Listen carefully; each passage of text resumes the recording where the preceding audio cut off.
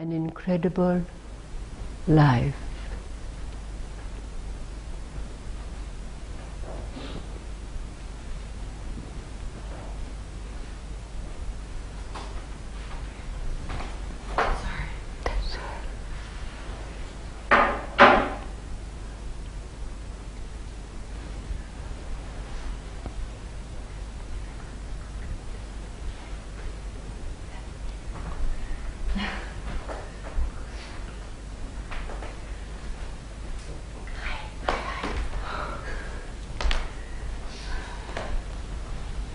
The man who led an incredible life was called Mawjud. And Mawjud was not a spiritual man of any great amount, but he followed the tenets and the rituals of the religion of the day. He went to the mosque on Fridays. He fasted during Ramadan. And he was just a petty official, just a very small official in the Weights and Measures office of the council. But one day, Mawjud was walking by the river when suddenly there appeared before him a being in green. Now this being is called Qadir. He's somewhat like Elijah is to the Jewish people.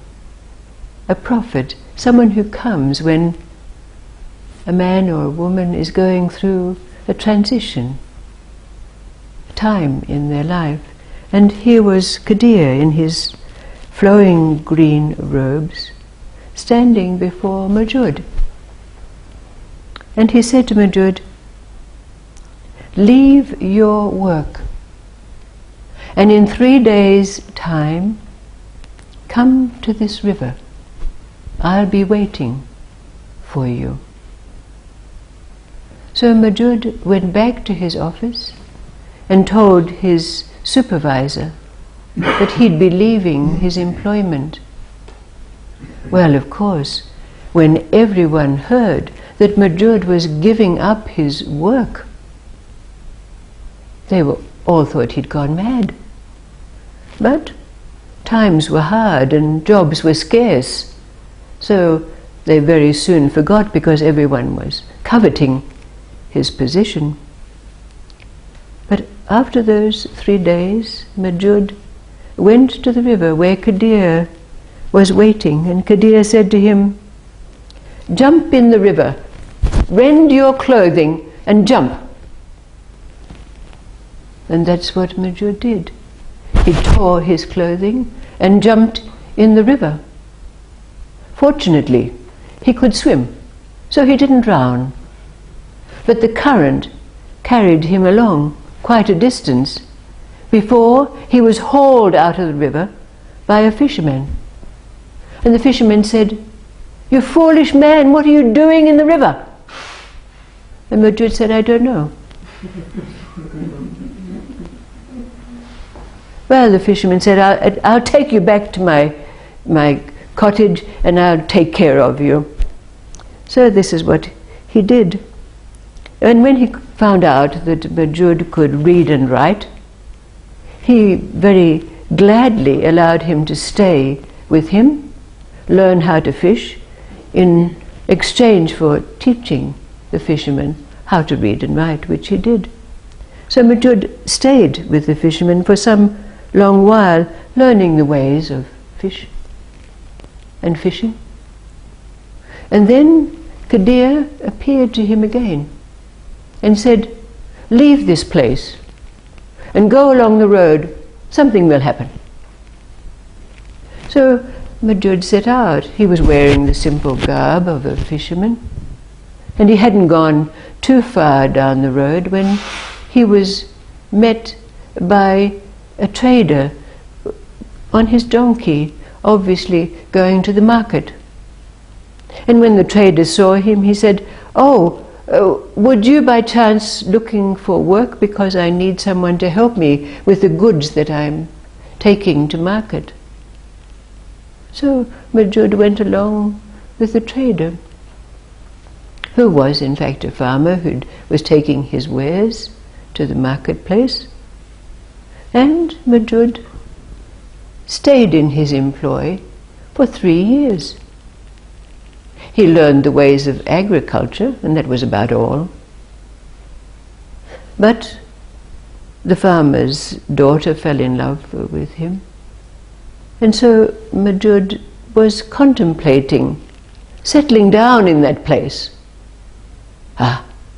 But then Kadir appeared to him again and said, "Now, go to Masal and learn the ways of a jeweler there." So Majud set off down the road to Mysore, and indeed he found the jeweler and went into his employ as an apprentice. And he learned the ways of working with gold and silver. And as a consequence of this, he earned quite a lot of money. And he was going to settle down again. But then Majud appeared to him again. And he said, "Give me your money and go to the city of Samarkand and seek out a grocer there and enter his employ." So Majud set off. He found the grocer.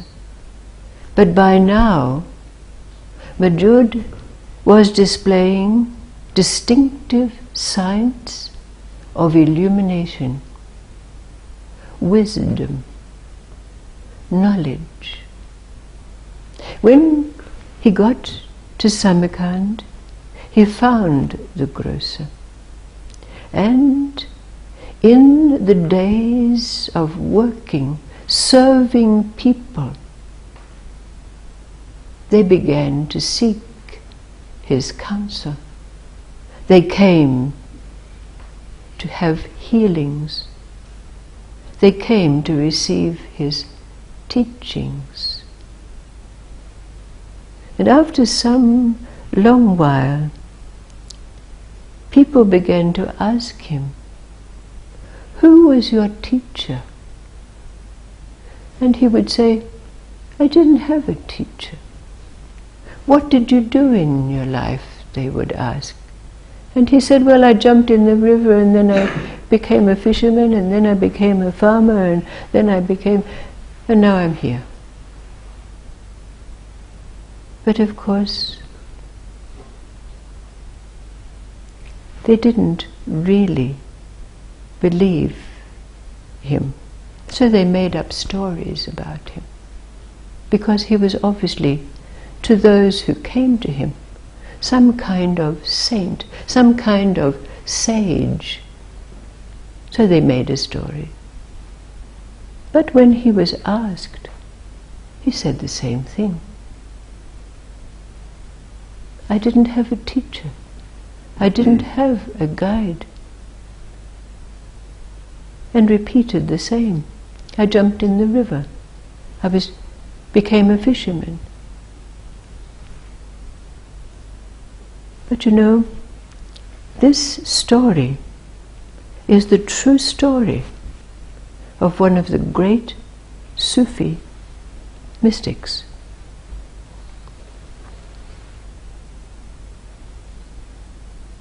In these coming days,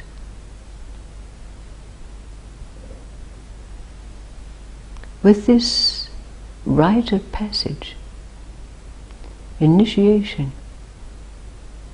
not only is there a possibility that we understand what initiation and rite of passage really means, but we also will have to realize, without any doubt or question, not only has our life been an incredible life, but something else that is there for us to find for ourselves.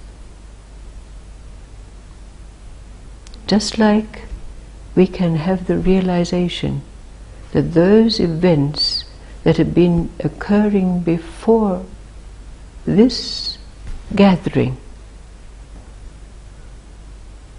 have been the subtle workings in you of preparation for this, so too comes with it the absolute knowing of what it is that comes after initiation. That I bow to you, I rejoice for you, I know what it is that that preparation entails. Otherwise, I myself would not be sitting here.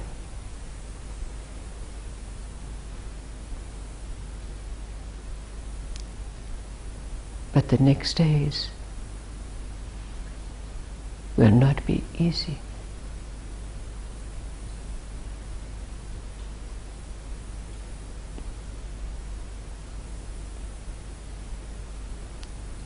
But at least, even before we begin our story, we have to acknowledge that it already has been an incredible life.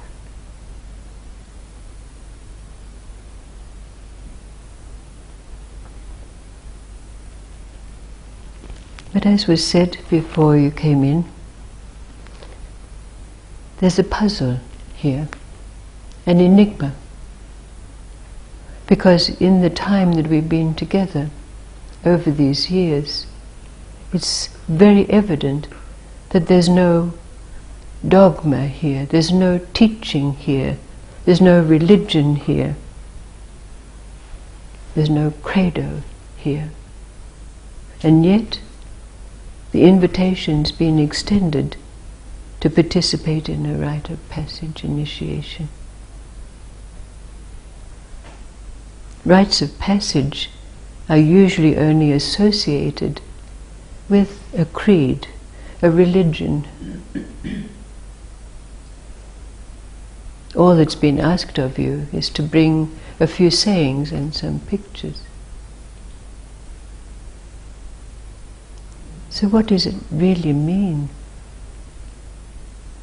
But having had the experiences you've had prior to being here now, you already understand that in those subtle ways, that which is usually done in creeds and religions in preparation for an initiation has already taken place for you. Isn't it so? Thank you. We look forward with great anticipation to the next days. But rest easy.